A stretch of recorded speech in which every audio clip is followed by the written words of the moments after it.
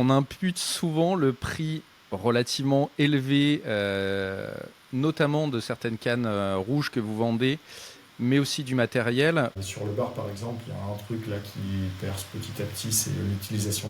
Ça m'est arrivé pas mal de fois de voir 20, 30, 40 bars dans ma journée, Ah ouais. sans en attraper un seul.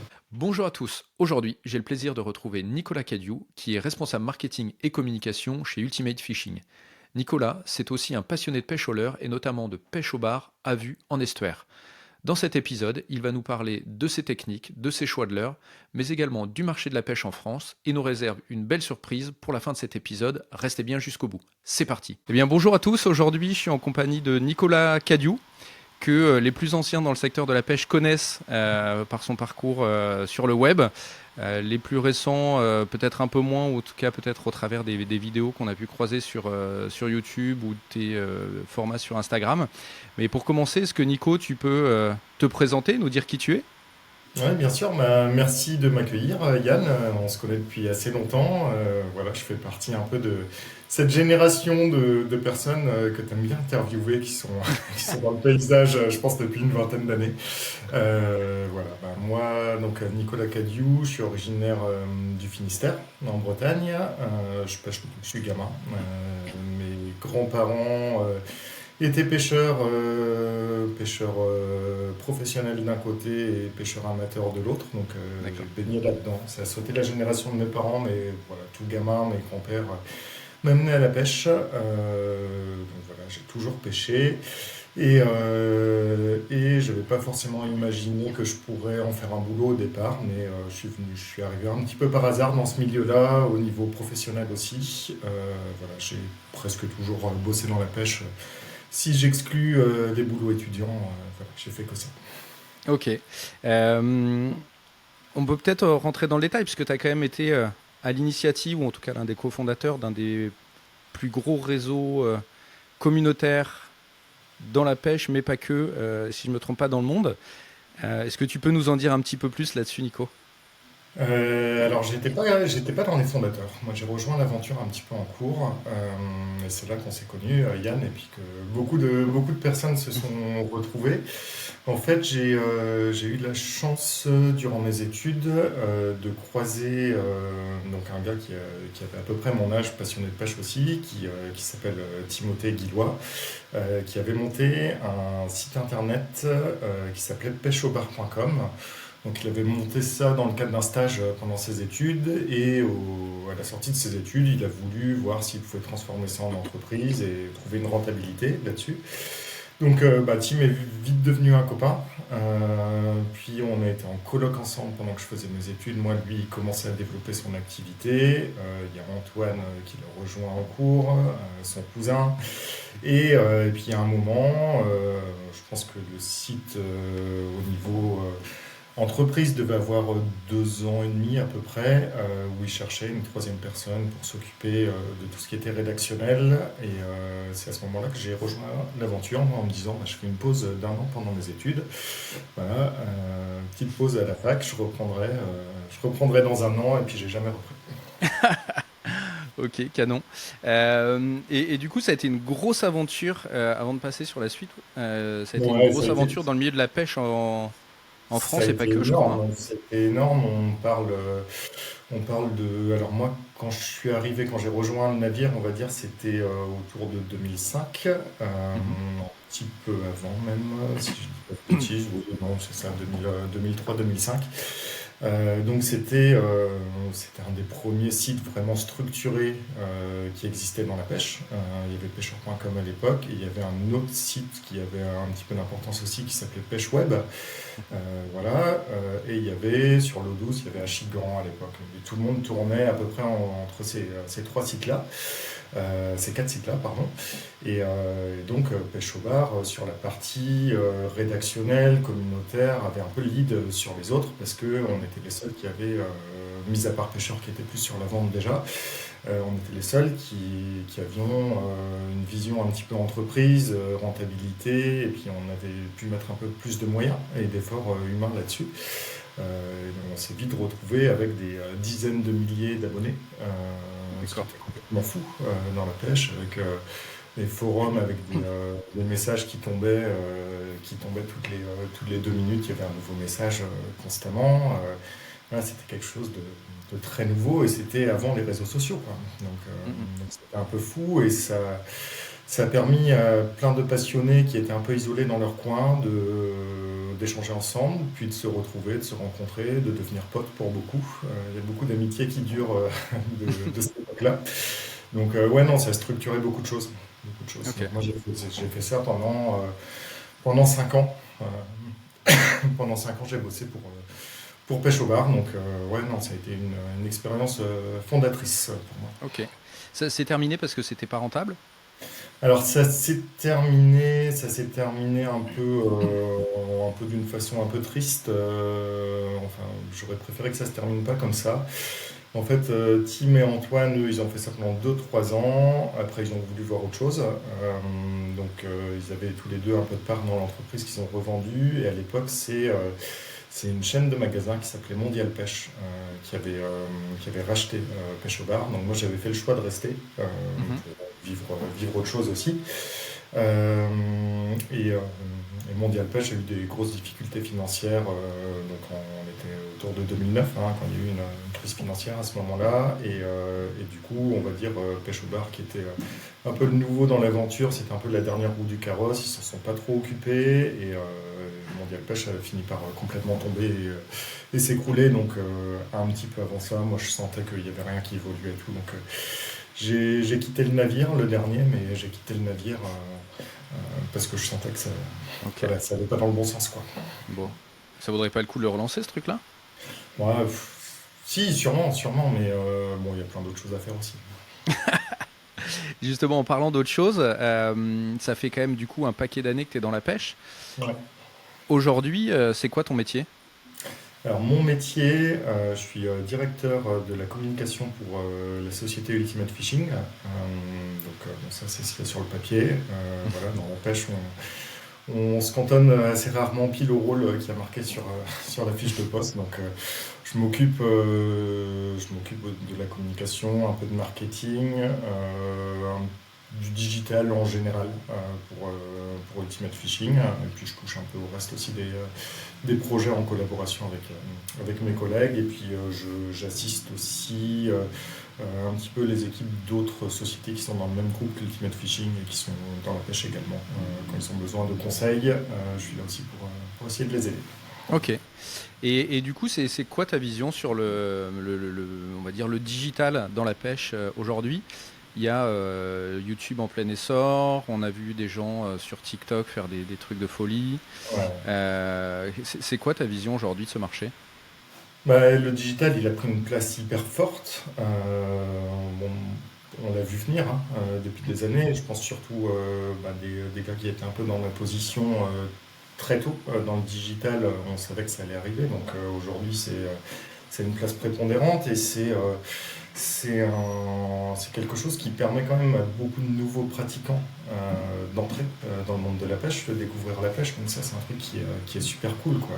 Si on parle influenceurs, tu vois, alors il n'y a pas que ça dans le digital, hein, mais si on parle des influenceurs, aujourd'hui, c'est en grande partie quand même grâce à eux qu'on recrute des nouveaux pêcheurs. Enfin, ils ont vraiment participé à cette phase-là qui permet de renouveler les effectifs de pêcheurs, qui donne envie à des gamins d'aller à la pêche. C'est top, quoi. C'est top.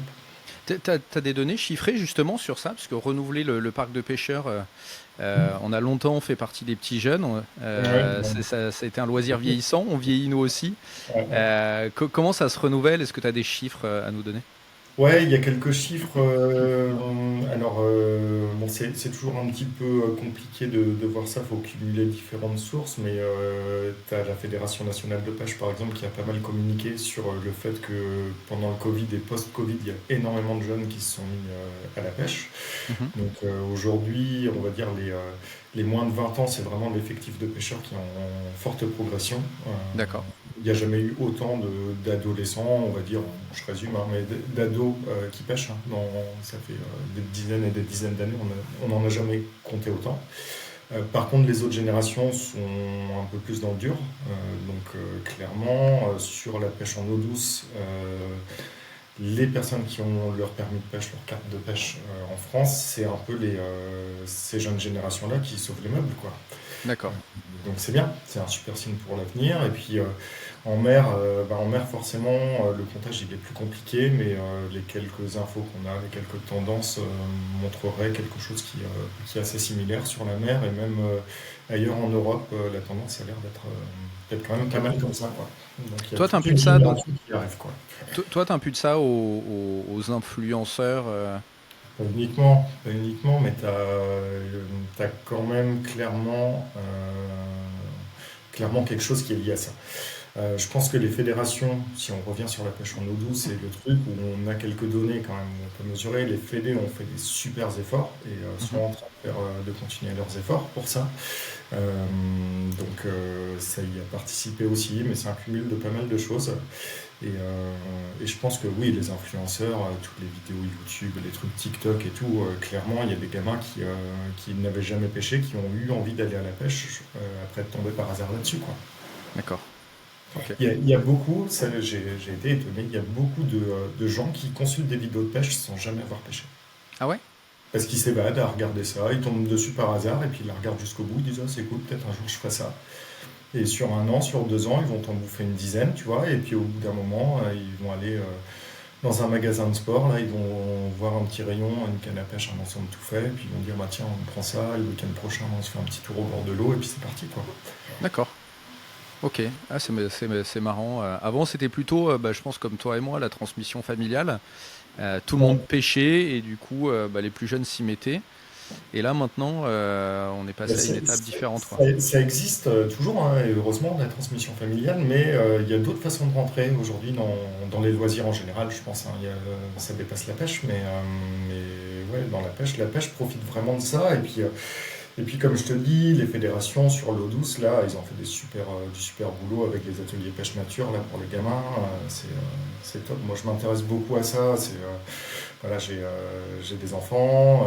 J'essaie de m'impliquer aussi auprès des APPMA et de ma fédé quand je peux filer un coup de main sur tout ce qui est animation auprès des enfants et tout. Donc, je m'intéresse pas mal au sujet. Et puis, ouais, je vois qu'il y a des gros efforts de fait dans les écoles de pêche et tout. Il y a pas mal de clubs jeunes qui se montent.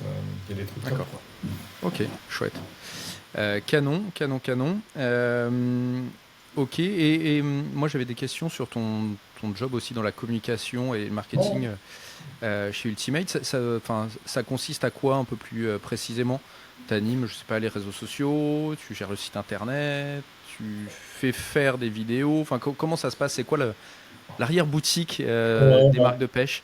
alors des marques, je vais pas pouvoir te dire des marques en général, je vais pouvoir te parler de ce que je connais moi. Mhm. Alors j'ai la chance d'être dans une boîte qui fait partie des acteurs assez importants du secteur et même dans un groupe d'entreprises qui change un peu la perspective par rapport à il y a quelques années. Donc je suis pas tout seul à faire ça. Donc tu vois par exemple pour les réseaux sociaux, au quotidien c'est pas moi qui m'en occupe. Euh, J'essaie de regarder, de surveiller. Quand mon collègue qui s'en occupait est en congé, c'est moi qui prends la main. On se débrouille comme ça. Mais j'y suis pas au quotidien, si tu veux. D'accord. Voilà, après j'essaie de faire en sorte de veiller à ce qu'on communique sur les bons produits au bon moment, sur les bonnes espèces, avec le ton euh, voilà, qu'on souhaite voir associé à notre image. Voilà, je fais le plus attention possible à notre image de marque. J'essaie de faire en sorte, quand c'est pas moi qui m'occupe directement de certaines choses, voilà, qu'on soit toujours dans une lignée qui corresponde à la stratégie de l'entreprise, quoi. Et puis après, oui, bien sûr, il y a les réseaux sociaux, le site internet, ça je m'en occupe beaucoup, toujours. Toujours des relations quand même avec la presse spécialisée, qu'elle soit papier ou digitale. Mhm. Voilà, et puis vidéo, beaucoup, hein. On bosse beaucoup en vidéo, donc moi je collabore avec 2 cadreurs monteurs qui bossent pour Ultimate en partie, pour d'autres sociétés aussi, mais voilà, donc j'essaie de leur donner des missions de films à les tourner, je les aide si besoin à écrire un peu les scénarios des films, je fais un peu la relecture, vérification, au montage, voilà, s'il y a des choses à changer. Et puis tout ce qui est planification des diffusions, relais, tout ça, je m'occupe pas mal de ça. Ok. Je vais te poser une question désagréable, mais il faut qu'on la Vas-y, vas-y, pose. On impute souvent le prix relativement élevé, notamment de certaines cannes rouges que vous vendez, mais aussi du matériel, au fait que bah, c'est beaucoup de marketing, etc., pour les vendre en France. Et du coup, c'est pour ça que c'est cher. Je le fais en résumé, parce que bien tout le sûr, monde bien a sûr. son avis là-dessus, mais les gens te disent, ah, mais si moi je l'achète au Japon, ou si ou là, ça va me coûter moins cher, etc. Et en gros, si c'est si cher en France, c'est parce que il y a des dépenses marketing de fou, etc. Est-ce que tu peux nous donner la réponse à Ouais, cette bien sûr. demi-question? Est-ce que c'est le marketing qui fait que les cannes sont si chères? Alors, qu'elles sont si chères? Non, clairement non. C'est pas ça, parce que le budget marketing, il est assez. Je vais pas dire qu'il est réduit ou qu'il est faible, mais il est assez classique en fait. Chez nous, aujourd'hui, si je sors un peu les frais de type charge salaire et tout ça du calcul, le budget que j'ai moi pour acter un peu, actionner des choses et tout, c'est moins d'1% du prix final du produit. Voilà. D'accord. Voilà. Ok. Je suis autour de 0,8%. Donc à ça, on peut rajouter un petit peu de frais de salaire si on veut et des choses comme ça, mais voilà. Ouais, Je n'ai 2% pas non max, quoi. plus un salaire qui fera doubler le truc au final et mes Mince. collègues non plus. Bah, Mais si ouais. ton patron passe par là, on fait un appel d'ailleurs. Non, non, mais ça y participe. Par contre, tu vois, il y a un autre truc que tu disais, j'achète en France par rapport à si j'achète au Japon et tout. Déjà, ce qu'on essaie de faire au maximum et de plus en plus, c'est d'avoir des produits assez spécifiques à la France. Donc, soit qu'on développe nous-mêmes, soit qu'on co-développe avec des fournisseurs japonais avec qui on collabore. Mhm. Donc, il y a une partie des produits qu'il n'y a pas au Japon. Et pour ceux qu'il y a au Japon, tu as deux choses derrière qui peuvent faire en sorte que c'est difficilement compréhensible par les pêcheurs parfois. C'est que très souvent, les gammes Japon, nous on les achète dans des toutes petites quantités. Donc c'est des tarifs qu'on négocie pas. Parce C'est que quoi c'est des petites quantités? à l'unité ou par deux, tu vois. Donc Ah c'est ouais, des trucs. Ah oui, oui, on a une commande client, bah, on la commande nous, donc ça on paye d'accord. presque plein pot sur ce produit-là. Euh, on peut aller sur certaines cannes où on se dit, ah celle-là, bon, on n'a pas une gamme propre pour l'Europe et tout, mais elle a un vrai intérêt, on la prend par 10. Mais ça reste des petites quantités. Donc ça, c'est la première chose, c'est que sur ces cannes Japon, nous, il y a zéro négociation auprès du fournisseur, on achète ça, le prix fort, on ne va pas perdre du temps à essayer de négocier pièce par pièce. Donc sur ces cannes-là, c'est clair que nous, on est un peu cher par rapport Ok. au marché. Et il y a une autre chose, c'est que nous, on essaie, avec ces produits-là, d'apporter du service. Donc, du service sur des produits qu'on prend parmi les gammes Japon, tout ça, il n'y a pas de recherche et développement du tout. Par Mhm. contre, on va apporter par exemple de la garantie. On va offrir de la Ok. garantie. Souvent, on dit, bah, une canne, je vais reprendre ton exemple Tenryu, une canne Tenryu, c'est garantie à vie. En fait, non, une canne Tenryu, en réalité, c'est pas garantie à vie. C'est une canne D'accord. Tenryu est garantie par Ultimate Fishing. Ultimate Fishing offre une garantie à vie sur la canne Tenryu si elle passe par Ultimate Fishing. Tenryu ne D'accord. garantit pas ses cannes. Tu Ok. achètes une canne au Japon, tu la casses, tu la repayes. Ok. Voilà. Donc, il y a des services en plus. Bon, je parle de la garantie parce que c'est le truc évident et c'est ce qui peut participer au coût aussi, qui peut expliquer une partie de cette différence-là, beaucoup plus que le marketing. Mais voilà, il y a plusieurs types de services comme ça qui vont se cumuler et faire que tu peux avoir une différence. Maintenant, c'est pas sur ces produits-là qui sont des produits un peu d'importation classique, c'est-à-dire qu'il y a un catalogue Japon, on pioche dedans et tout ça. C'est pas là-dessus que nous on a les plus gros enjeux, qu'on fait les plus gros efforts. Donc c'est là-dessus où tu vas retrouver des écarts de prix, oui, qui sont parfois assez impressionnants. D'accord. Là où on va placer tous nos efforts en marketing, mais aussi en stockage pour avoir le produit dispo tout le temps, en recherche et développement, en négociation sur les tarifs et tout, c'est sur nos produits propres qu'on développe. Notre D'accord. enjeu, il est là. Ok, c'est les fameux French Edition qu'on retrouve dans Ouais, le, par dans le exemple. Ouais, catalogue. ouais, Ok, ouais. Et tu vois, chez Tenryu, la plupart des cannes rouges, c'est nous qui les faisons. Pas uniquement les rouges, mais bon, on va dire. d'accord. En Ok, général, quand tu vois une canne rouge, à une exception près, parce qu'ils en ont une rouge, mais c'est une canne de pêche à la mouche, d'accord, au Japon. Mais autrement, voilà, c'est des cannes qui sont conçues depuis nos locaux à Belle-Île-en-Mer. d'accord. Ça, j'en ai pas parlé, mais voilà, on est dans le Morbihan, sur une île, donc voilà, tout part de là, les cahiers des charges, et voilà, et c'est quelque chose qu'on pousse de plus en plus à faire nos propres produits. D'accord, ok. Un peu comme Decathlon finalement. Oui, Ok, Decathlon est partagé, mais oui,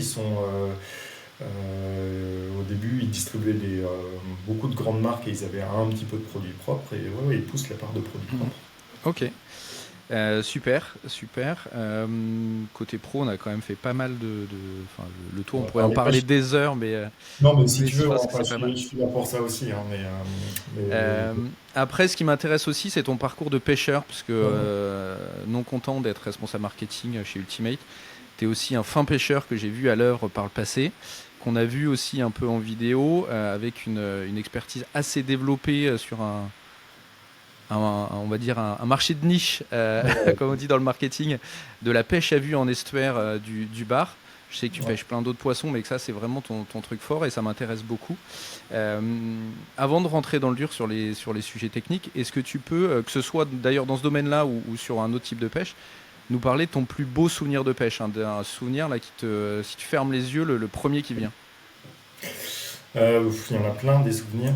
Euh, bon, si on parle un peu pêche en estuaire, il y a un souvenir un peu marquant, je pense. Je sais pas si c'est le plus beau, non, c'est pas le plus beau, mais un truc vraiment marquant qui a constitué un petit changement, on va dire, chez moi, donc qui a de l'importance. C'est un des premiers gros poissons, gros bar que j'ai pris en estuaire, qui n'a pas été pris à vue, mais je pense que ça m'a fait basculer un petit peu. Ça devait être autour de 2004, 2003-2004, je pense. C'est un bar qui, finalement, qui n'était pas si énorme que ça, mais à ce moment-là, il me paraissait assez énorme. C'est un bar qui fait un peu plus de 2 kilos, que j'avais pris avec un leurre souple, un tube, je pense que c'était un tube Gary Yamamoto à l'époque. Donc un leurre vraiment axé pour les pêches de basse à la base, donc avec une approche un peu finesse sur une vasière dans 40 cm d'eau. Et puis c'est un poisson que j'avais pris tout seul. Tu vois, j'ai eu la chance, on pourra y revenir après, mais d'être beaucoup accompagné par des pêcheurs qui sont pour la plupart toujours meilleurs que moi, qui m'ont beaucoup aidé à progresser dans tous les trucs auxquels j'ai touché. Et puis voilà, je pense dans le début des années 2000, de temps en temps, j'ai dû me confronter un peu tout seul à la réalité, et puis avec difficulté parfois. Et je pense que ouais, ce poisson-là, voilà, je m'étais vraiment mis en tête que l'estuaire, c'était un milieu où je voulais progresser, qui me plaisait beaucoup. Et quand j'étais tout seul, quand on me montrait pas les postes, les trucs, je pense que j'avais dû prendre une série de 10-15 capots et je commençais à lâcher un peu l'affaire. Et puis ce poisson-là, il m'avait remis un peu sur la bonne voie, quoi. Donc, D'accord. j'ai souvenir que celui-là, en tout cas, m'avait fait particulièrement plaisir. Ok. Bon, super. Et justement, en parlant de pêche à vue, j'ai plein de questions là-dessus. Est-ce que tu peux nous parler déjà des bonnes conditions pour pêcher à vue? Parce que quand on voit les vidéos, on a toujours l'impression que le gars il débarque, tac, les bars ils sont là. Déjà, est-ce qu'ils sont là tout le temps? Quelles conditions tu attends? De marée, de vent, de couleur de l'eau, etc. C'est quoi les bonnes conditions pour toi? Bah, déjà, il te faut de la lumière pour pêcher à vue. Tu vois, si tu le fais dans l'obscurité, ça marche pas.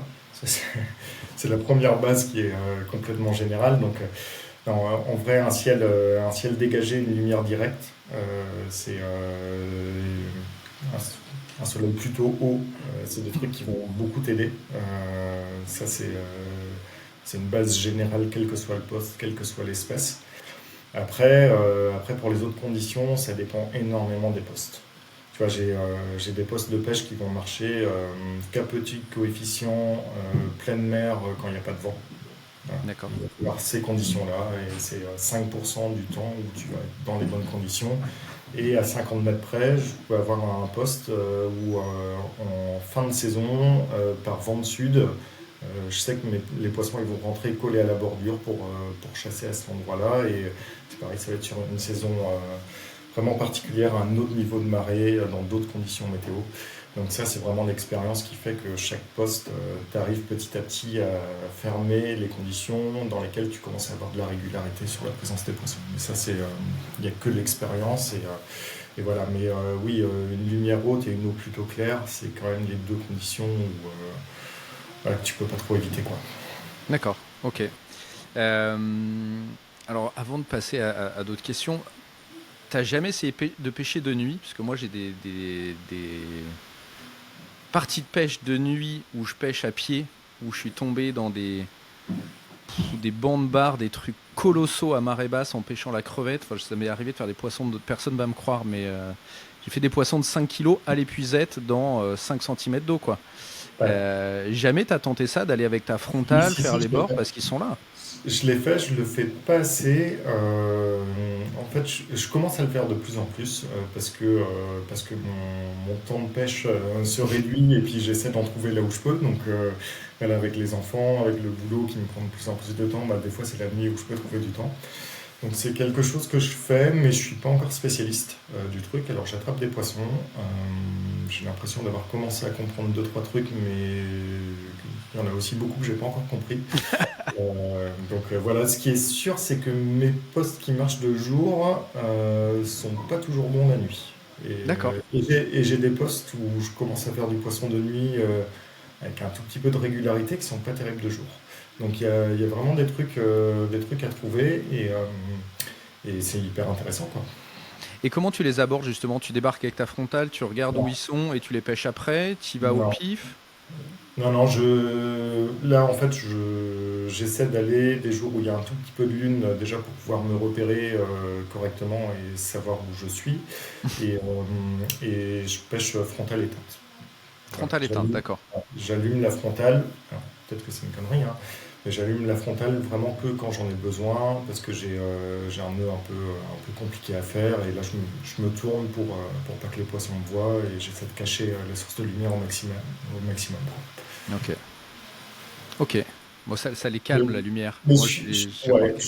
je suis pas spécialiste, hein. Je suis pas Ok. spécialiste. Après, euh, j'ai vu des poissons, tu vois, à la frontale allumée quand je rentrais. J'ai vu plusieurs fois des poissons en train de dormir et ça m'étonne pas que tu arrives à en prendre à l'épuisette comme ça parce que j'en ai vu vraiment dans pas d'eau avec le dos qui dépasse. Ouais. Et même par gros coefficient où le niveau d'eau il change hyper vite, j'en ai trouvé comme ça dans pas d'eau. Euh, Mm, mm. voilà. Ouais, ouais, et puis moi je les vois chasser en fait. Tu vois, l'été dernier, les gens me croiront pas, mais j'ai fait 4 poissons entre 2 et 3 kilos. J'en ai raté un qui devait faire ses bons 4 à l'épuisette. Et en fait, il y en a 3, ils étaient le nez dans un tout petit filet d'eau là, à attendre je sais pas, les crevettes ou les crabes qui passent. Comme des truites, quoi. Derrière des rochers à attendre, il n'y avait plus qu'à les Quelle était- cueillir. Et du coup, Ouais. je suis retourné avec une canne pour essayer de les faire. Mais effectivement, j'ai pas réussi à les faire. Je pense qu'il faut retravailler le truc. Mais C'est c'est quand même un classique, enfin un classique, ça arrive pas tout le temps, mais c'est pas la première fois que j'entends parler de gros poissons pris à l'épuisette. Alors je toi peux tu t'en les voyais? raconter, hein. Je peux Non t'en mais raconter. toi, tu les voyais ce coup-là. Mais Ouais, des gars qui pêchent les crevettes à l'épuisette et qui attrapent des gros bars dedans, ça arrive. ouais. Et tu vois, il y a un truc qui m'a été raconté il y a hyper longtemps et que j'ai vécu il n'y a pas si longtemps que ça personnellement.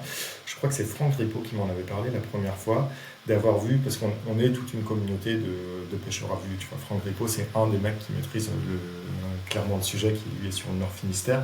Donc on échange beaucoup entre nous. Et Franck, il m'avait raconté une histoire, je suis quasi persuadé que c'est lui qui me l'avait raconté la première fois, euh, d'un estuaire où il avait vu un pêcheur de crevettes à l'avenot qui avançait. Et derrière lui, des deux côtés de l'avenot, tu avais un gros bar. Et en fait, les bars, ils sont sur le côté et les crevettes qui sautent, c'est pour éviter Mhm. l'avenot, il les cueille. Mais il dit le pêcheur qui était à l'épuisette, il s'en était pas rendu compte. Mais il y avait vraiment collé au bord de l'épuisette un bar de chaque côté qui bouffait les crevettes. Et je pense que dans certains endroits comme ça, où il y a beaucoup de pêche à l'avenot, les gros poissons, ils sont de moins en moins méfiants. Il y en a qui ont vraiment vraiment confiance en eux, quoi, tu vois. Et Et ils bougent plus en fait. La nuit, ils bougent pas pareil. Moi, je le vois. Hein. Le spot dont je te parle, là où j'en fais 4, j'y suis retourné le lendemain en me disant attends, je vais quand même aller voir et tout. J'en ai pas vu un seul. Pas un ouais, seul. Alors que ce soir-là, j'en fais 4, mais j'aurais pu en faire oui, le oui. double et j'en ai vu plein. J'ai un truc de 4 kilos qui m'est passé entre les jambes. Entre les Ouais, jambes, tu vois. ouais. Et ils bougent plus lentement. Avec la frontale, en plus, ils sont Ils sont comme aveuglés. hypnotisés, quoi. Mhm. Et non, non, j'ai des expériences Mais de en tout fou. cas, ils ont pas peur des épuisades, tu vois. C'est un peu comme tu peux avoir les thons qui tournent autour des chalutiers quand les chalutiers ils virent, là, ça, on en entend beaucoup parler. Ben, les bars, ils sont pareils à côté d'une épuisade, quoi. Il y a plein de crevettes qui sont paniquées, qui sautent. Pour eux, c'est de la bouffe facile, quoi. Mm, mm. Donc, voilà. Donc Ok. c'est pour ça que t'entends, alors de nuit, toi, c'est particulier, mais de temps en temps, de jour, un mec qui dit, je pêchais de la crevette, j'ai attrapé un bar de 4 kilos dedans. C'est jamais des petits. Tu vois, c'est Mhm. toujours des trucs 3, 4, 5 kilos. T'as jamais un poisson d'un kilo qui se met là. Un poisson d'un kilo, ils font gaffe à ça. Et les Bah, gros, en ils sont fait, c'est enfin, surtout, enfin, en tout cas, moi, j'en ai vu des poissons d'1 kilo de nuit.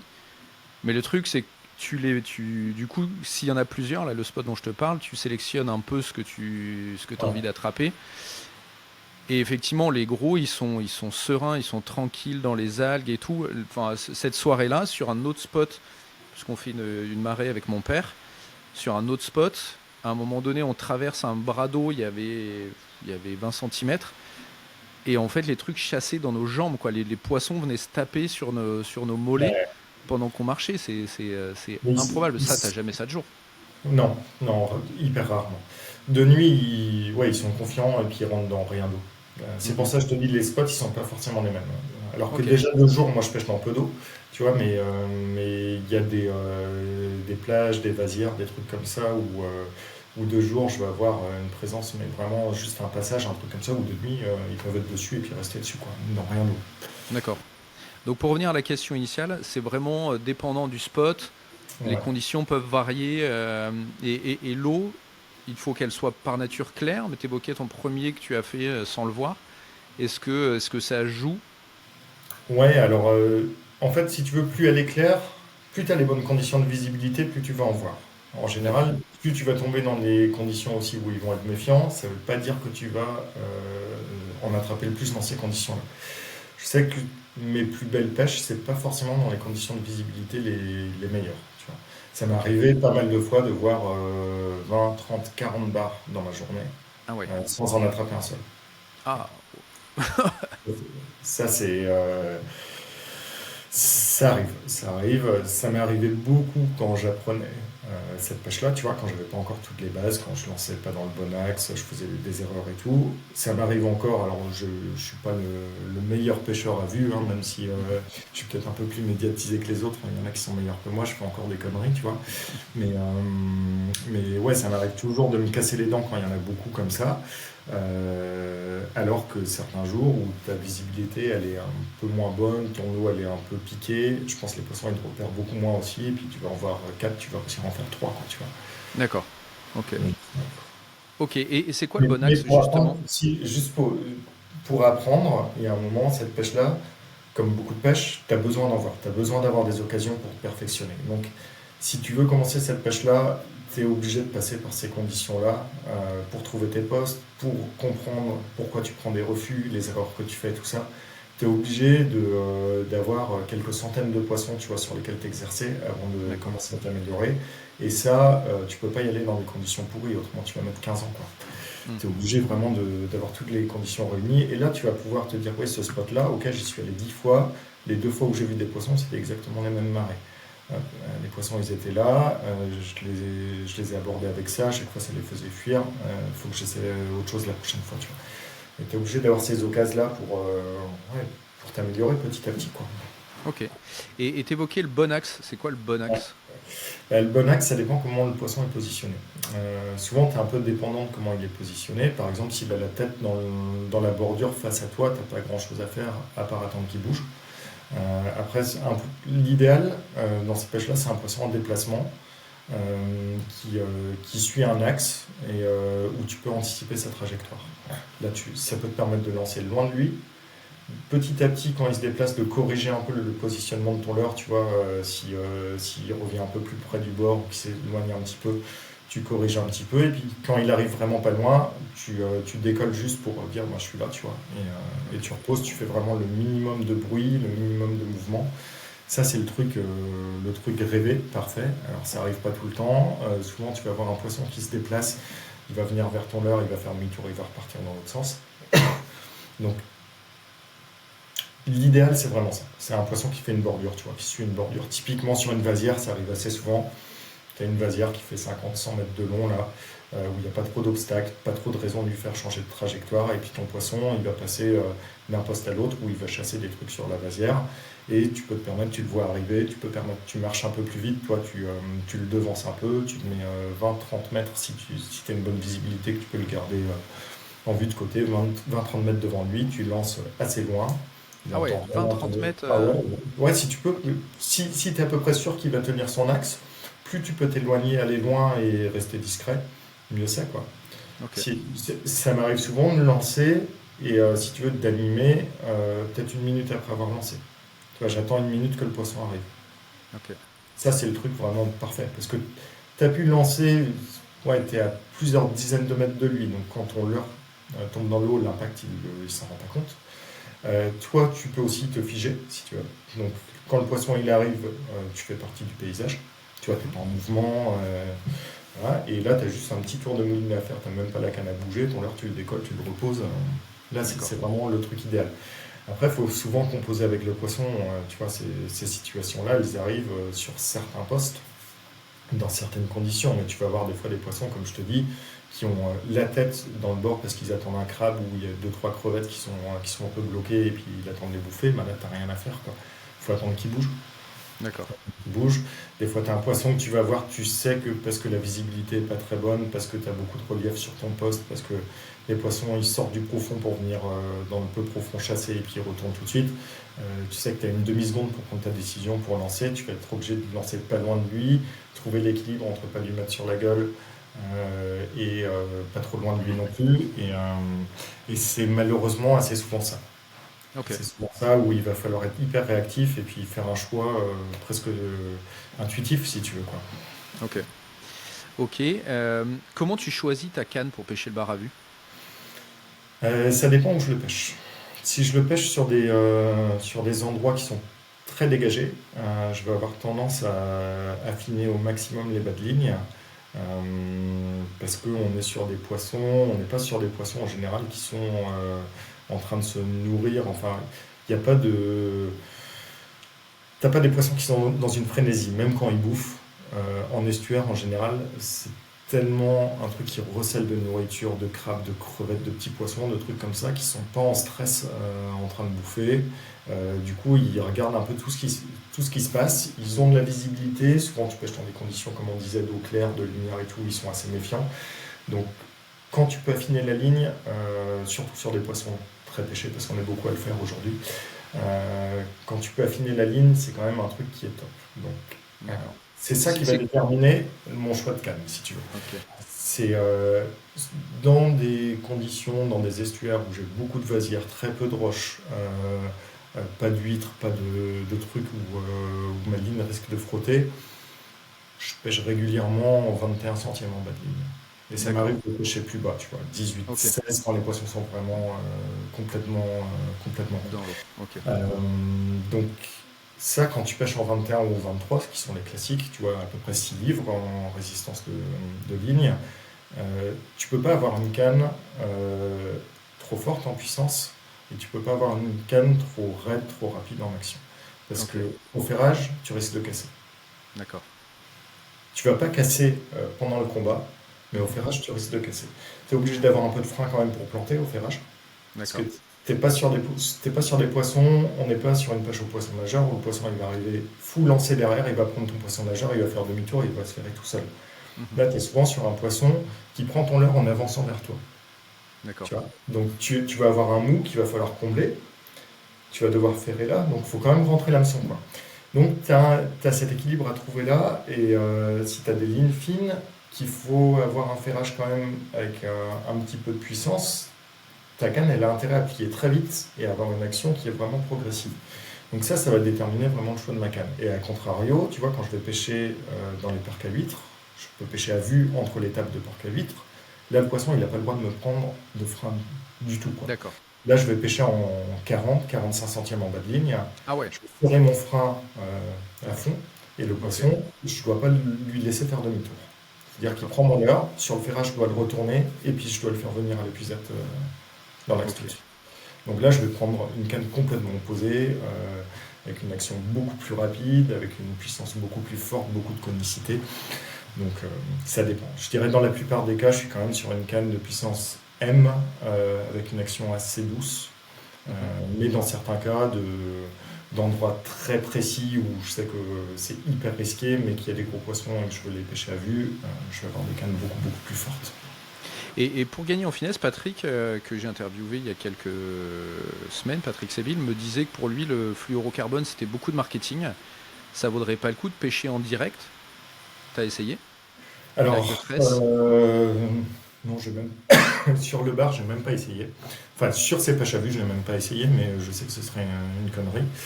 Euh, c'est une pêche particulière. Tu vois, Patrick, je peux le rejoindre sur pas mal de choses.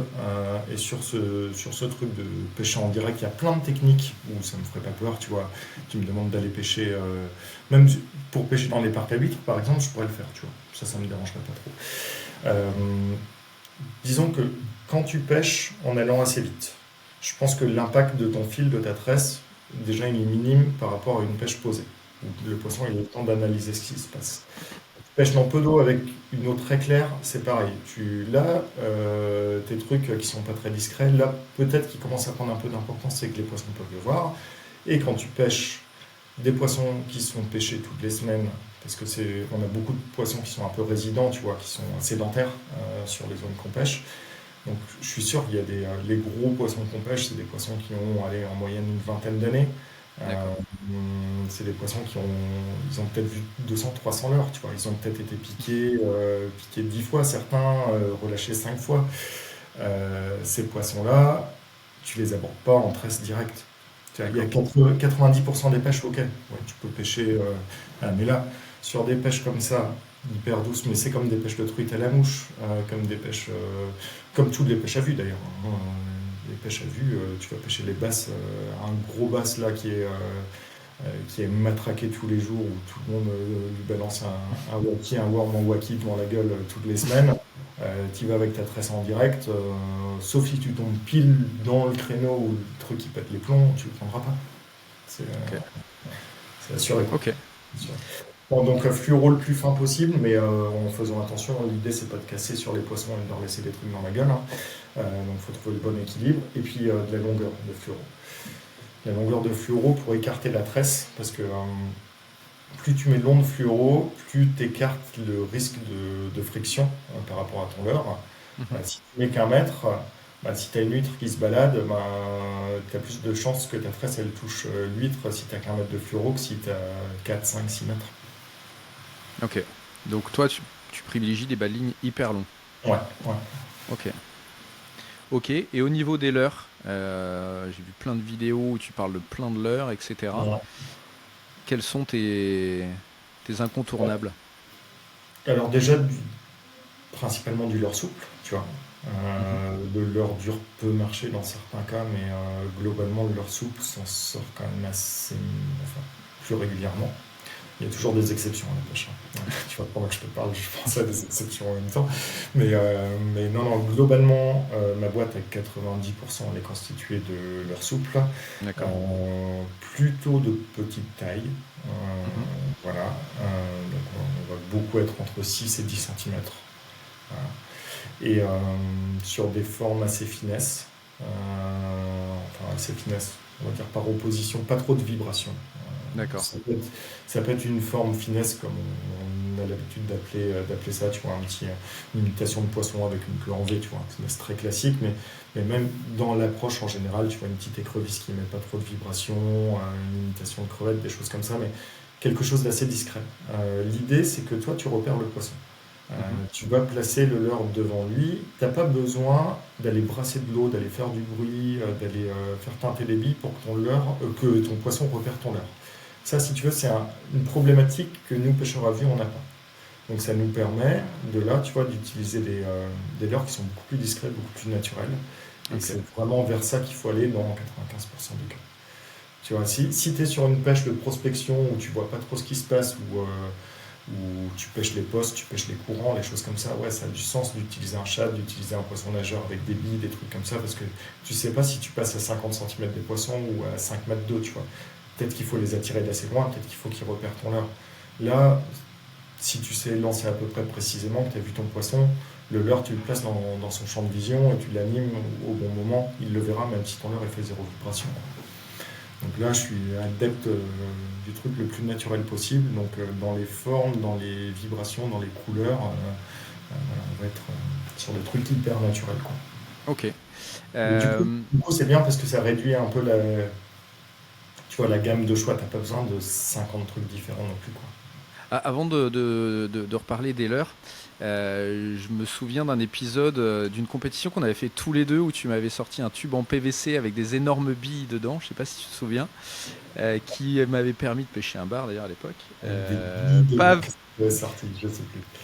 tu te souviens pas de ce truc? T'avais coupé un tube en PVC Ah oui, si, pour si, si, faire si, un si, si, si, assimilé de oui, oui, jig oui, et tu faisais exact. ça sous le bateau par dépit et moi j'avais chopé un bar à Et c'est côté. c'est Bref. pas moi qui l'avais fait, ça. C'est un pote, c'est Manu Garec qui m'avait filé ça. Ouais. Je me rappelle très bien et je crois que je l'ai toujours à la maison, ce truc-là.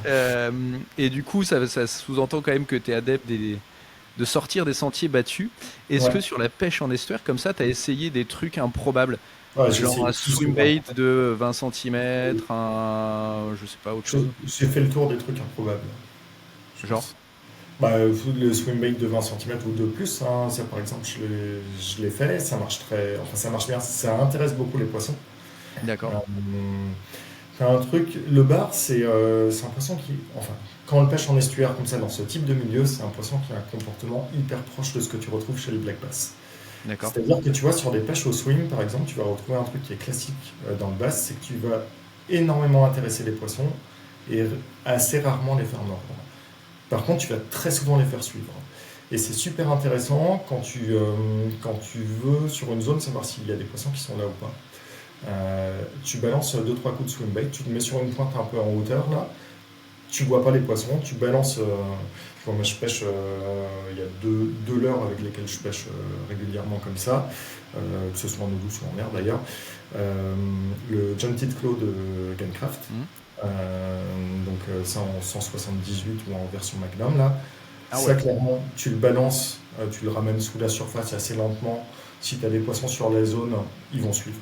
Tu vois. d'accord, De temps en temps, ils vont l'attaquer, mais très souvent, ils vont suivre.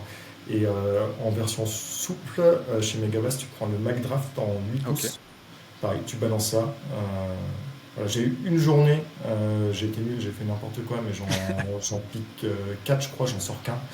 En une heure, là, ils étaient mordeurs ce jour-là, mais très souvent, ils l'attaquent pas, ou alors ils le poussent, tu vois, mais ils sont pas hyper mordeurs là-dessus, mais par contre, ils suivent et c'est souvent un truc, quand alors, je prends pas souvent ma canne, ma grosse canne, on va dire, brochet, pour aller pêcher le bar, mais de temps en temps, bah, dans la même journée, je peux faire les deux. Et ça m'arrive de l'avoir dans la voiture, et puis sur certains postes, moi, je vais mettre deux, trois coups pour voir s'il y a ok, des poissons dessus. Et c'est hyper intéressant, parce que tu as des zones comme ça où tu as 2-3 mètres d'eau, tu n'as pas la visibilité jusqu'au fond, tu sais pas si les poissons y sont ou pas, et tu mets un coup de swim, et souvent tu vois si ça les fait sortir ou pas.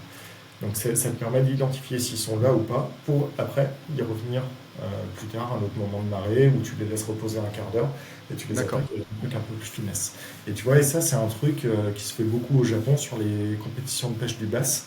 ok, Les mecs ils sortent beaucoup les gros swims, comme ça le John Tidd en particulier, là, et, qui balancent sur les postes pour identifier où il y a les gros poissons. Ils les voient sortir, hop, ils mettent un point GPS quand ils sont en bateau, là, et puis ils reviennent après le prendre en waki ou d'accord. avec autre chose, tu vois, avec un truc beaucoup plus finesse, quoi. Ok. Et du coup, c'est quoi ta sélection, là, tes 5 ou 10 leurres qu'il faut avoir si on va pêcher le bar en estuaire cet été?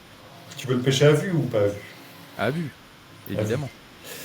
À vue, je pense qu'il te faut pour toutes les zones où ça mange du crabe et où tu vas avoir un peu de courant, des obstacles, où il faut pêcher un peu lourd, là, la Sleeper Crow de Megabass, elle est incontournable pour moi.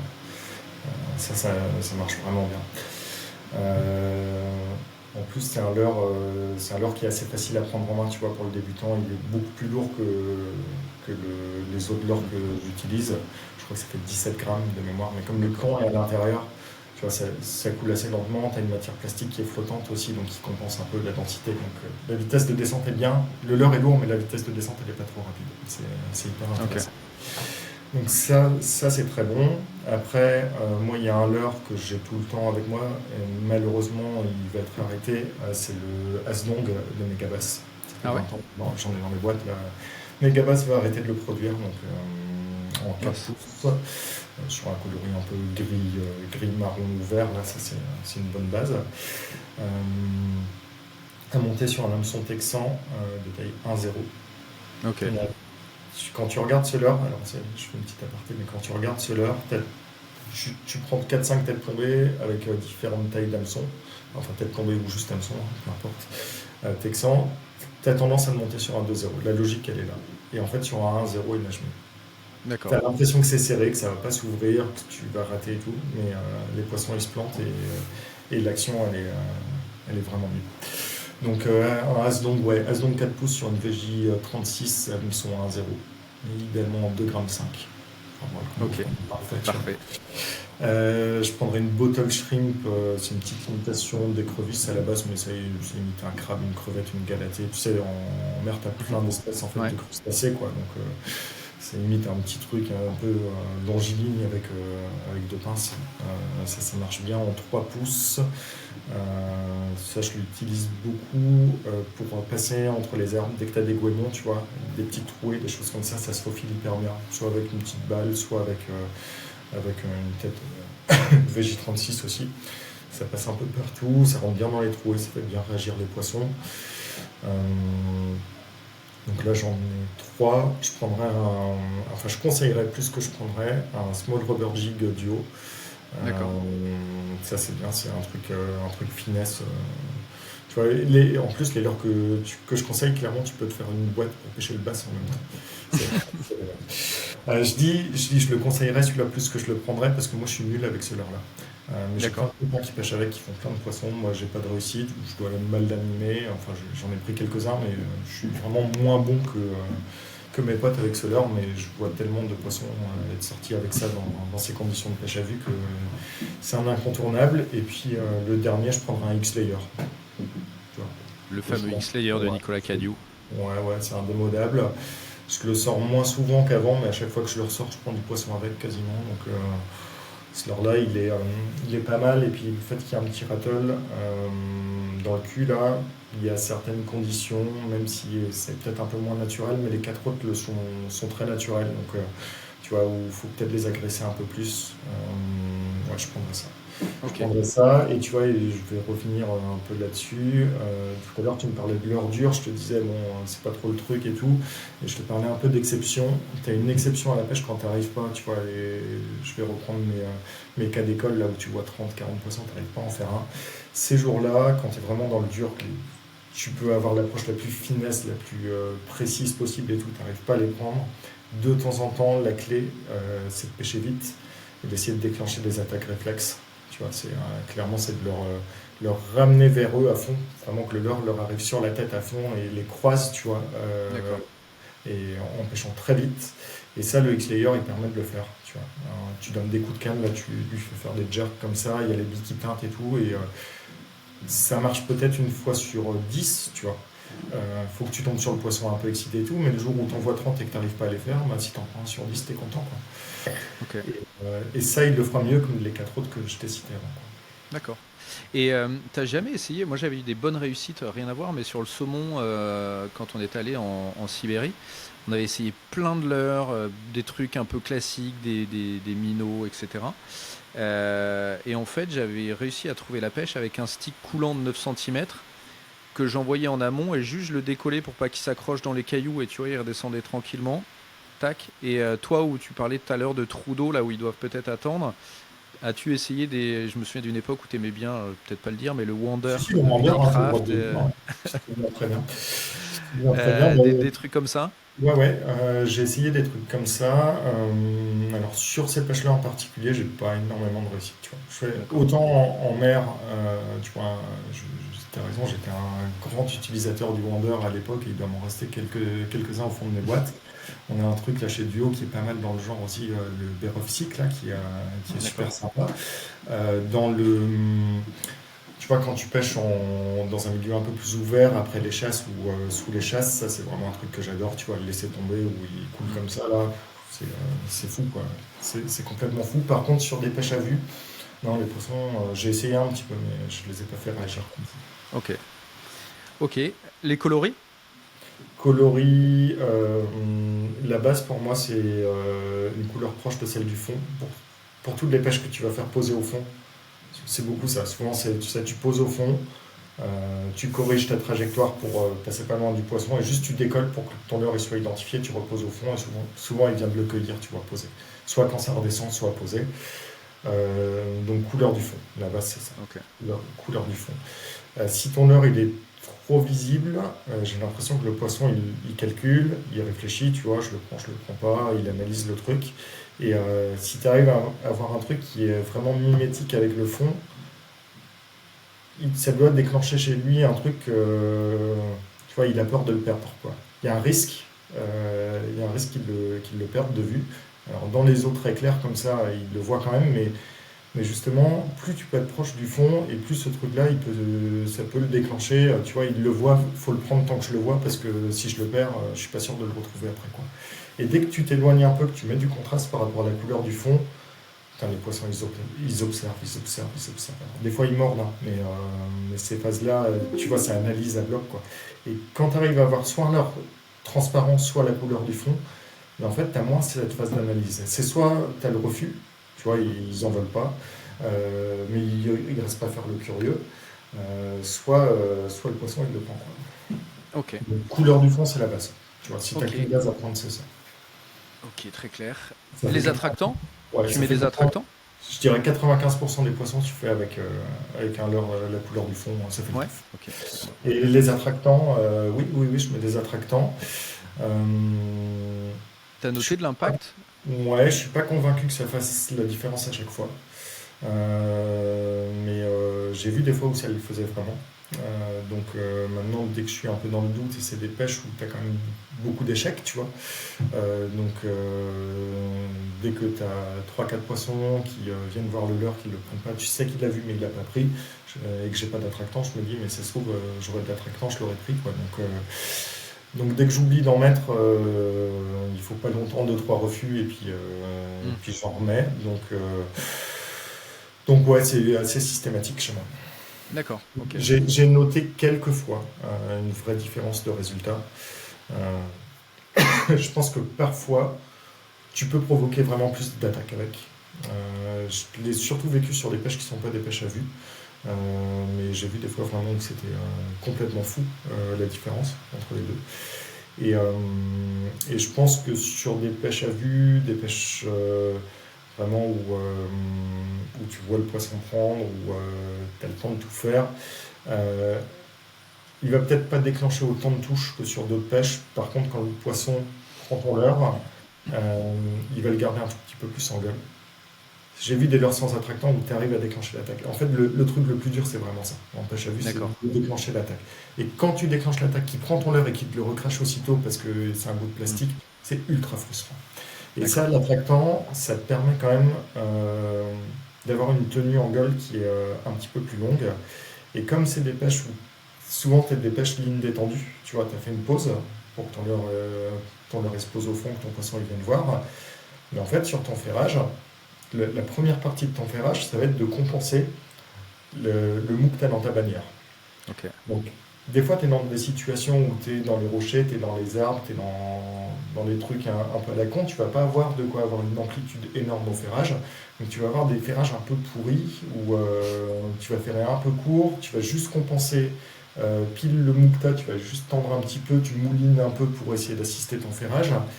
Si ton poisson, parce qu'il y a de l'attractant, il a vraiment pris, il est au fond de la gueule, tu as quand même beaucoup plus de transformation, de réussite au ferrage, que s'il le prend, qu'il le recrache et qu'il faut le faire pile dans le bon timing et qu'il se pique au ras de la gueule. Donc, D'accord. ouais, c'est quand même un plus. C'est un Ok. plus. Ok. T'as essayé des leurres de type gulp? Ouais, Ça a ouais. un impact? Alors, j'y ai pêché pas mal il y a assez longtemps. Alors, ça marche bien, hein. On est clairement sur des trucs où l'attractant, là, on y montre quand même son efficacité. Tu vois, je pense que pour toutes les personnes qui ont des doutes là-dessus, je te parle surtout, alors je connais moins les nouvelles générations de Gulp, mais les toutes premières, tu avais quand même des trucs où on pouvait être à peu près certain que c'est pas la forme qui faisait craquer le Hmm. poisson. Ouais, je te confirme. Ouais. T'avais des trucs, c'était un Les espèce de... fameuses arnicoles que tu avais fait gagner sur pêcheaubar.com à Ouais, bah, par l'époque. exemple. Et J'attrape encore plein de ça, dorades. celui-là, la forme était pas si dégueulasse que ça, mais il y avait des trucs, qui étaient tout raides, qui étaient vraiment pas évolués en termes de forme, et où on prenait des poissons avec le truc posé au fond. Ouais, je me rappelle même d'une pêche que j'avais faite, pêche de dorade grise, où on les coupait en carré, Mhm. les trucs, tu vois. Ouais, moi je Et pêchais là, avec c'est des bouts bon. d'arnicole. Je Ouais, pêchais avec l'arnicole que j'avais gagné sur pêcheaubar à l'époque. bah, tu vois. Coupé en morceaux sur un hameçon, je sais plus de 5 ou un truc comme ça. Ouais. Et je pêchais les dorades sur une digue. Et j'avais testé avec la vraie arnicole. Enfin, tu vois, j'avais deux cannes, donc avec deux potences. Donc une, celui du haut avec l'arnicole, l'autre avec le gulp, et inversement sur l'autre canne. Et enfin, j'ai eu plusieurs fois, ils ne voulaient que du gulp. Ouais. L'arnicole, la vraie, ils en voulaient pas, quoi. Bah, je pense que ça sent plus fort, tu vois, ça libère plus de phéromones, de choses comme ça. Donc ouais, il y a des jours où plus ça en met, plus ils mordent. Mais oui, oui, de toute façon, euh, c'est une des preuves, c'est un des bons attractants déjà sur le marché, je pense.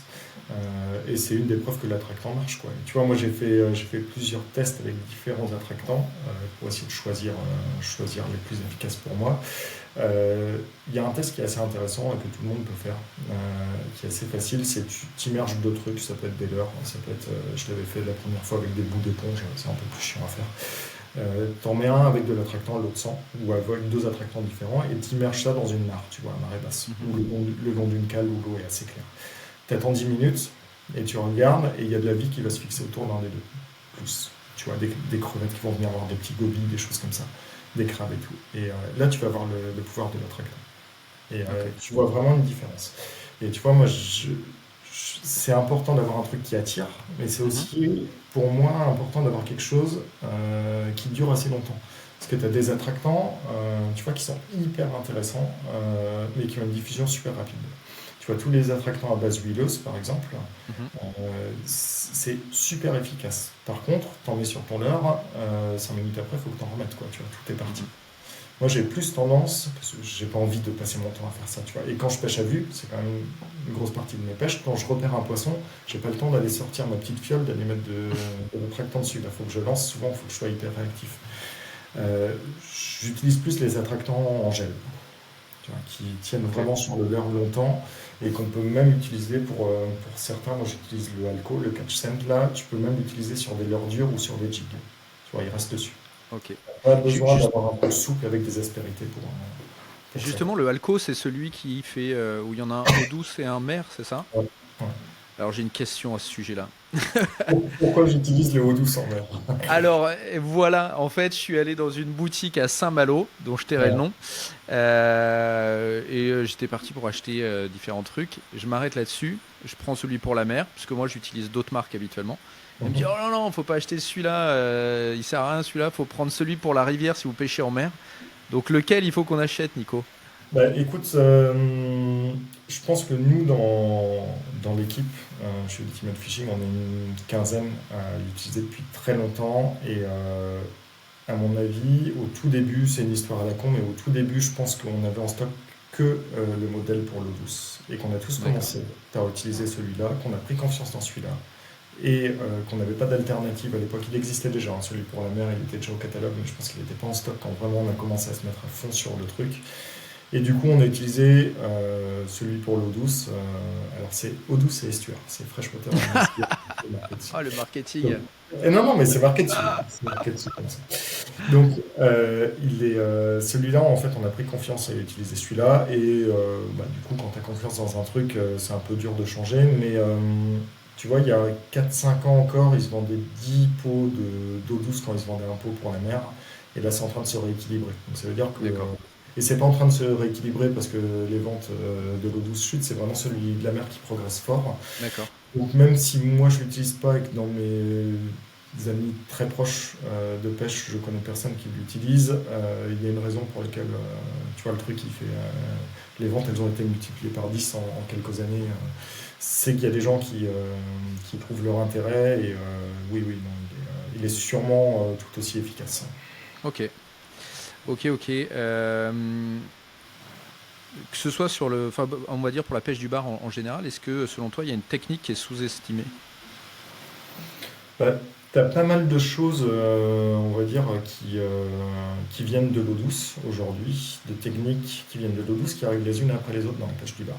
C'est-à-dire que la pêche du bar a toujours été un peu en retard au niveau technique, a toujours évolué un petit peu dans son coin. Tu vois, sur l'eau douce, on a été hyper influencé par les cultures japonaises et américaines, ou américaines et japonaises, peu importe le sens dans lequel on le prend, qui sont les deux plus gros marchés mondiaux de la pêche, Mhm. qui sont les deux plus gros pays aussi qui imaginent des leurres, qui mettent au point des techniques et tout. Donc tu vois, l'eau douce, on s'est nourri de toutes les influences de partout et notre catalogue technique sur l'eau douce, il est au complet, quoi. Sur la mer, on est parti de quelques pêcheurs, souvent bretons, normands au début, qui ont imaginé quelques trucs. Tu vois, à côté de chez moi, il y avait Ange Porteux qui a Mhm. beaucoup participé aux premiers leurres qui ont été des références pour pêcher le bar. Et on s'est construit un peu sur ces quelques trucs qui ont été imaginés voilà, dans l'ouest de la France. Et on s'est un peu fermé par opposition à tout ce qui venait de l'eau douce en disant ouais, non, ça c'est des trucs pour pêcher les black bass ou pour les brochets et tout, c'est pas adapté au bar. Et tu vois, tous les ans, tous les 2 ans, il y a un truc qui vient de l'eau douce, on se dit ah bah, tiens, finalement, ça c'est pas mal, Mhm. quoi. Et en fait, presque tout est adapté. Donc tu vois, là, sur le bar, par exemple, il y a un truc là qui perce petit à petit, c'est l'utilisation des lames métalliques. Euh, je crois que chez toi, c'est peut-être la zone où, tu vois, du côté de la Normandie, on va dire en général, où c'est le plus utilisé aujourd'hui. Je sais que, D'accord. tu vois, Gaël chez Ilex, il a fait pas mal d'efforts aussi pour en parler parce qu'ils ont un ou deux bons produits chez eux là-dessus et qu'il a bien mis en Ouais. avant. Mais ça marche partout, tu vois. C'est pas parce que Gaël l'a montré sur Sava ou je sais pas où que ça marche que là-bas et qu'il n'y a que ce modèle qu'il a montré qui marche. C'est un truc, clairement, où les pêcheurs de bar ne sont pas trop intéressés. Et tu as besoin que t'aies des mecs qui aient un peu la double casquette mer ou douce, qui à un moment se disent bon, attends, ce truc-là, je le connais par Mhm. cœur en eau douce, sur le cendre ou sur le bass, la perche, le brochet, peu importe. Je le maîtrise. Je vais l'essayer vraiment sur le bar, quoi. Tu vois, tu parlais des swim baits tout à l'heure.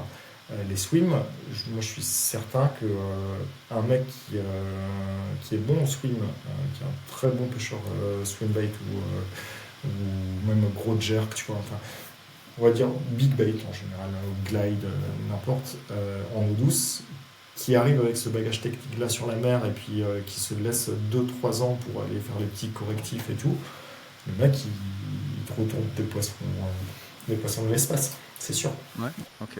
Il faut trouver les bonnes conditions, il faut adapter les trucs. Donc, non, tout est assez ouvert. Je dirais le truc sur lequel, parce que moi j'adore essayer des trucs, tu vois, donc j'ai essayé beaucoup de choses. Le truc où j'ai eu le moins de réussite jusqu'à présent, où je me casse un peu les dents, c'est le spinner. Tu vois, spinner D'accord. au bar, j'en ai J'allais te pris. parler des spintail même, les Ah, spintail. Spintail, oui, Spintail, Ouais. c'est extraordinaire. Ouais, Spintail, bah, tu vois, tu as interviewé Patrick il n'y a pas longtemps. Patrick, il a un leurre dans sa gamme, là, le Dart Spin. Le Dart Spin sur le bar, c'est redoutable. C'est D'accord. redoutable. C'est peut-être même que le bar est le poisson cible numéro un pour ce leurre-là. C'est Ah ouais. sous-estimé. Ah ouais, non, mais c'est un truc, c'est une folie ce leurre sur le bar. C'est Sur marrant. J'en ai sur tous les, plein mes boîtes, mais pour le bar, je le sors euh, jamais, quoi. sur les poissons un peu actifs, tu vois, quand ils sont en train de bouffer, tu sors ça, ça se lance bien. Tu prospectes la couche d'eau que tu veux parce que tu as juste à ajuster ton poids de tête plombée. Tu peux surplomber comme un porc là-dessus, Mhm. il n'y a pas de souci, ça va nager toujours. Tu peux mettre un hameçon qui sort presque au ras de la queue, même mettre une tête, tu vois, de 120 grammes sur un truc de 4 pouces avec l'hameçon qui sort au ras, ça pêche quand même. Ça brasse de l'eau, ça pêche vite, c'est hyper solide, donc dans des conditions comme ça où ils sont en train de chasser, là, tu les enchaînes. Mhm. Voilà, non, ça, ouais, c'est vraiment un serveur à faire des grosses séries de poissons quand ils sont petits fours. D'accord. Ok.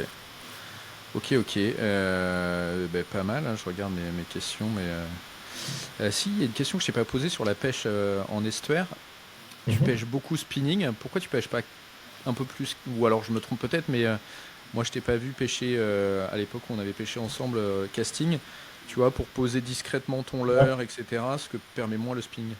Alors, j'y pêche peu. Ça m'arrive dans quelques conditions de pêcher casting.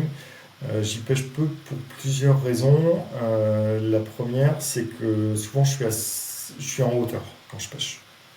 Enfin, il y a pas mal de conditions où je vais me retrouver en hauteur et je vais être 2-3 mètres, tu vois, au-dessus du niveau de l'eau. Pour faire un posé discret en casting, quand tu es au niveau de l'eau, tu vois que tu es en bateau ou tu es vraiment sur un truc où tu es allé 30-40 cm sur une berge vraiment plate, il n'y a pas de souci, tu te fais un pitching que tu freines au fur et à mesure. Euh, Dès que tu es 2-3 mètres au-dessus du niveau de l'eau, cette discrétion-là, elle est injouable. En tout cas, moi, je n'ai pas le niveau technique pour aller poser un truc sans un bruit hyper propre si je suis 3 mètres au-dessus du niveau de l'eau. Donc ça, c'est le premier truc. Le deuxième truc, c'est que je vais souvent être amené à lancer des petits poids quand même. Des trucs, tu Mhm. vois, quand j'ai un leurre de 6-7 cm avec une tête de 2 grammes, c'est le minimum hein, que j'utilise, mais on va dire, j'utilise quand même souvent des leurres qui pèsent moins de 10 grammes en tout. D'accord. Comme ça. Je pêche beaucoup entre 5 et 15 grammes. La plupart de mes leurres, ils vont être là-dedans. Tout ce qui est entre 5 et 10 grammes en casting, c'est une plaie à lancer, hein. C'est Ouais. une plaie à lancer et soit tu vas lancer précis mais tu vas pas voir la distance et j'ai pas le droit de me louper, tu vois. Et souvent le poisson, je le vois, faut que je sois très vite dessus. Si possible que je lance assez loin de lui, il faut quand même cette capacité à lancer des tout petits trucs à 20 mètres et de pouvoir le faire soit quand tu es en hauteur, soit dans certaines conditions qui sont plus rares, mais ça peut arriver, tu vois, où tu es en wading, tu as un poisson qui arrive, tu vas t'accroupir, tu vas avoir de l'eau, tu vois, jusque-là. En casting, là, quand tu as de l'eau jusque-là, tu peux rien faire, tu Mm. vois. Donc, le spinning, il est beaucoup plus polyvalent. Ok. Ça, c'est vraiment bien. Le casting, je vais l'utiliser dans deux conditions, mais ça va dépendre des postes où je vais. Il faut déjà que je sache que le truc est adapté au poste où je vais aller. Je vais l'utiliser pour pêcher les parcs quand je pêche en wading. Quand je pêche de l'eau, tu vois, à peu près au niveau des genoux. Là, tu es vraiment sur le bon truc, tu vois, pour pouvoir lancer, Ok. faire des pitchings vraiment propres. Quand tu commences à avoir de l'eau à mi-cuisse, c'est beaucoup plus dur parce que ça Mm. te force à lever un peu les bras, tu es moins précis, moins propre. Mais souvent, le niveau d'eau au genou, c'est le niveau d'eau aussi où l'eau est un tout petit peu en dessous de ta table. Et c'est là où je préfère pêcher parce que tu vas avoir allez, jusqu'au genou, tu as 50 cm d'eau, donc souvent c'est des conditions où tu vois les poissons. Tu vois, si tu as plus d'eau, c'est commence à être difficile.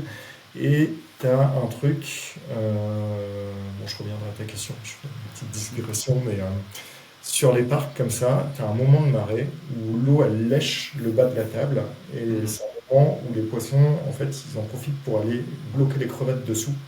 Et comme ça les D'accord. crevettes quand elles essaient de sauter pour échapper sur un bar qui les attaque, mais en fait elles tapent contre la table et elles retombent.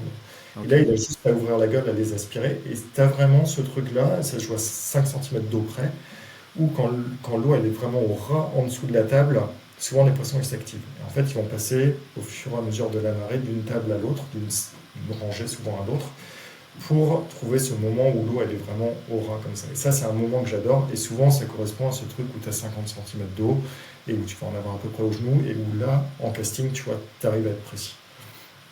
Ok. Donc ça c'est une des conditions et l'autre euh, ça va être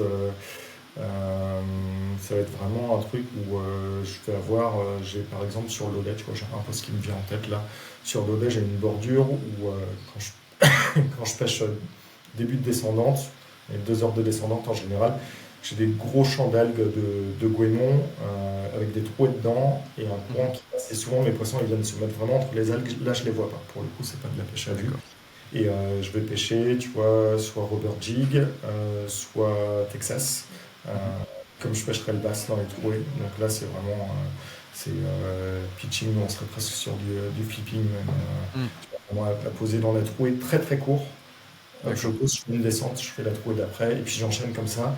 Et là, tu as une vitesse d'exécution et une précision en casting qui sont bien meilleures Ok. qu'en spinning. Et quand tu as un poisson dans ce merdier des algues et du courant, bah, en fait, tu as un peu plus d'autorité aussi avec la canne que j'utilise en casting. Ok. Ok, clair. Eh ben écoute, merci Nico. On a fait un bon tour. Est-ce qu'il y a des sujets que tu aurais aimé aborder? Bah, ouais, peut-être que tu vois, on a parlé beaucoup de pêche à vue, du bar en estuaire qui est un peu ma pêche de prédilection, mais je pense que tu vois, c'est une erreur que j'assume aujourd'hui d'être un peu trop monomaniaque dans cette pêche-là. Mais ouais, si tu veux, je pense que l'expérience qui te permet d'être performant dans tes pêches, du coup de prendre du plaisir, le but c'est pas d'empiler les poissons, on s'en fout, mais d'avoir assez de réussite pour t'amuser, quoi. Ça vient en touchant un peu à tout. Tu vois. Donc D'accord. là, aujourd'hui, je me suis spécialisé là-dedans, mais aussi parce qu'avant, j'ai touché vraiment à plein de trucs. Euh, tu vois, j'adore les pêches de basse. J'en ai pas beaucoup chez moi, mais les pêches de black bass, c'est vraiment parmi mes pêches préférées. J'ai fait beaucoup de compétitions en mer, j'en ai fait en eau douce aussi, tu vois, c'est il y a 10 ans, il y a 15 ans et tout, mais ça a vraiment participé à mon apprentissage de la pêche, aux rencontres aussi qui ont un peu forgé mon parcours, mon expérience et tout, qui m'ont permis de progresser. Je pense que globalement, tu vois, s'il y a un petit conseil à donner peut-être à certains débutants qui nous écoutent, c'est de ne pas se fermer. Euh, et c'est un peu une des tendances du moment, et des fois qui me fait un peu peur, c'est que tu as des gamins qui disent ouais, moi je veux pêcher comme Big Bay, tu vois, je veux prendre mon brochet maîtré, je veux faire que du swing, que des gros leurres. Ou un mec qui va te dire je sais pas, moi, je pêche la mouche, mais je pêche qu'en sèche. Tu vois, je fais, Ça a toujours été le cas, ça, Nico, hein, c'est pas nouveau. Moi, j'ai un pote en école de commerce qui était le spécialiste de la pêche à la mouche noire, mouche sèche. Je me souviens d'un gars avec qui je pêchais dans le Nord-Cotentin qui me voulait pêcher colleur souple et l'autre colleur dure. ouais. Il y a toujours eu ce truc-là. Et typiquement, je me souviens d'un salon à Nantes où bah, moi, je gravitais un peu avec vous, etc., dans tout ce milieu. Et il y a un gars qui était reconnu comme pêcheur à la truite chez une des grosses marques, voilà, qui m'avait dit ah non mais si tu veux percer dans ce milieu, il faut être hyper spécialisé sur un truc. Et il me dit tu vois moi je pêche un petit peu tout, mais mon truc c'est les grosses truites, hauleurs, comme ci comme ça.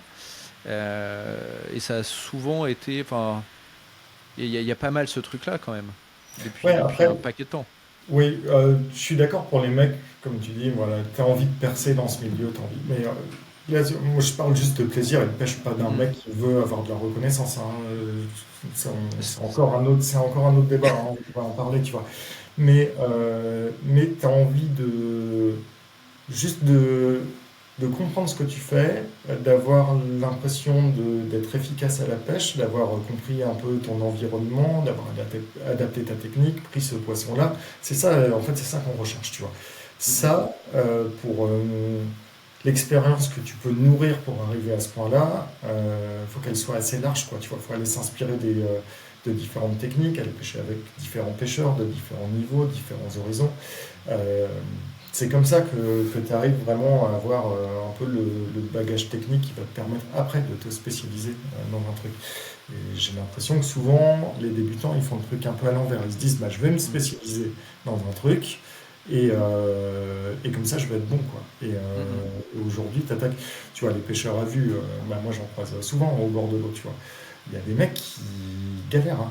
Ils galèrent, ça fait 4 5 ans qu'ils font ça. Ils ont fait un poisson il y a 3 ans, depuis ils n'en Ah prennent ouais. pas. Ils y vont toutes les semaines. Ah ouais, ouais. Non, c'est chaud, quoi.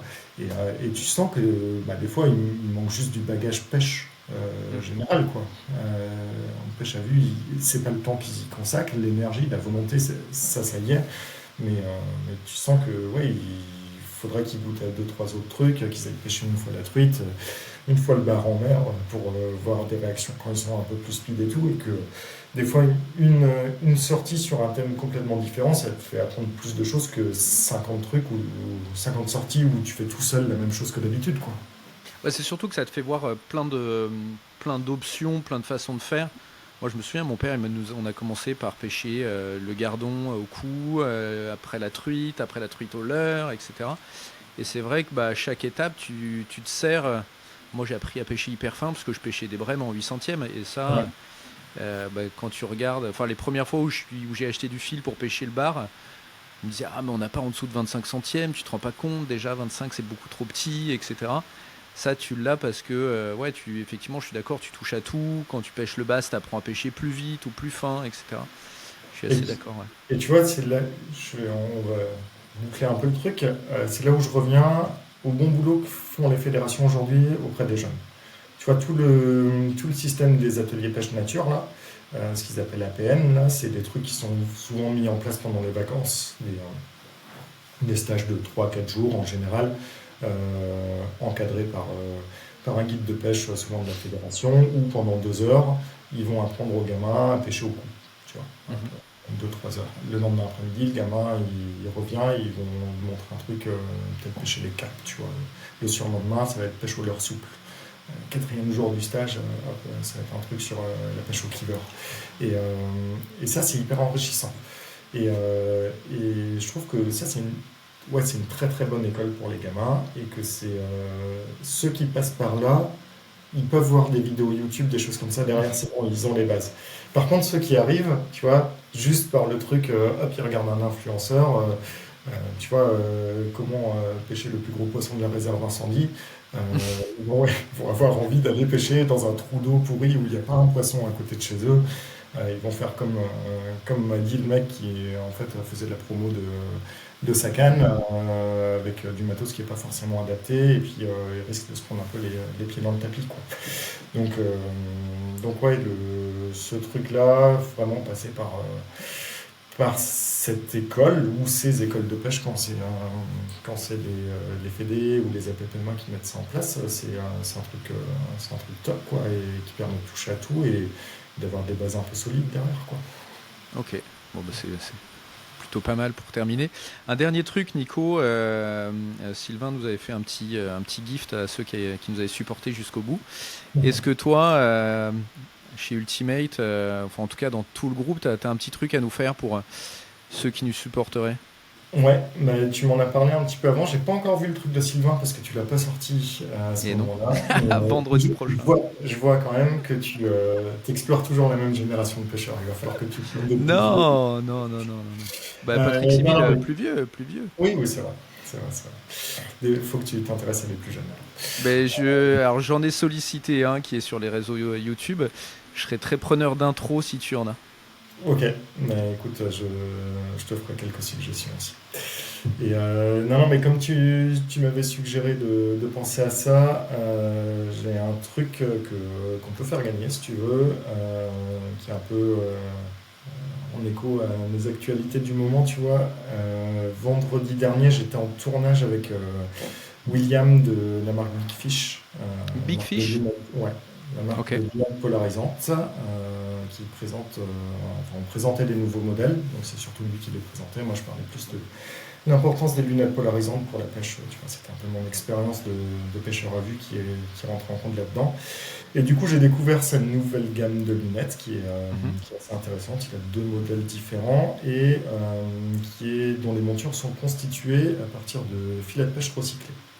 Donc ça, Excellent. tu vois, c'est un truc qui est sympa. Et du coup, tu vois, j'ai ramené un modèle là, et ça, je te propose, si tu veux le faire gagner, que quand elles seront sorties, ça va sortir courant de l'été, là, qu'on fasse gagner ça.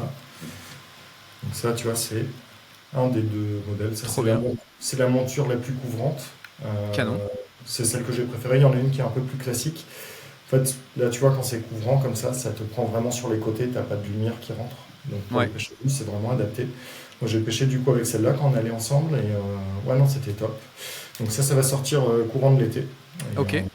et je te propose Bah de la faire canon. gagner. Alors je te laisse voir comment tu veux organiser le truc. Je mettrai ce qu'il faut dans la description de la vidéo voilà, pour les modalités et pour l'annonce du vainqueur. On fera ça ensemble. Enfin, on Yes. verra, on fait ça. Tu me diras Ok. ça, et puis par contre, je les recevrai, je crois, début août, quelque chose comme Ouais. ça. Donc, je sais pas quand Dans il tous les cas, sortira on la est vidéo, déjà. mais voilà, mais peut-être que le gagnant devra attendre un tout petit peu avant que je lui envoie. Il patientera, elles sont bien sympas en tout cas. Écoute, merci pour ça et puis merci pour cet échange qu'on vient d'avoir. C'était super chouette, ça me fait bien plaisir de reparler avec toi, ça faisait un Avec bail plaisir. et j'espère qu'on aura l'occasion d'aller pêcher un peu le barabus ensemble parce que j'en garde de bons souvenirs. Yes. Bah, tu Merci dis Nico. dès que tu passes dans le coin. Ouais, avec plaisir. Salut Yann.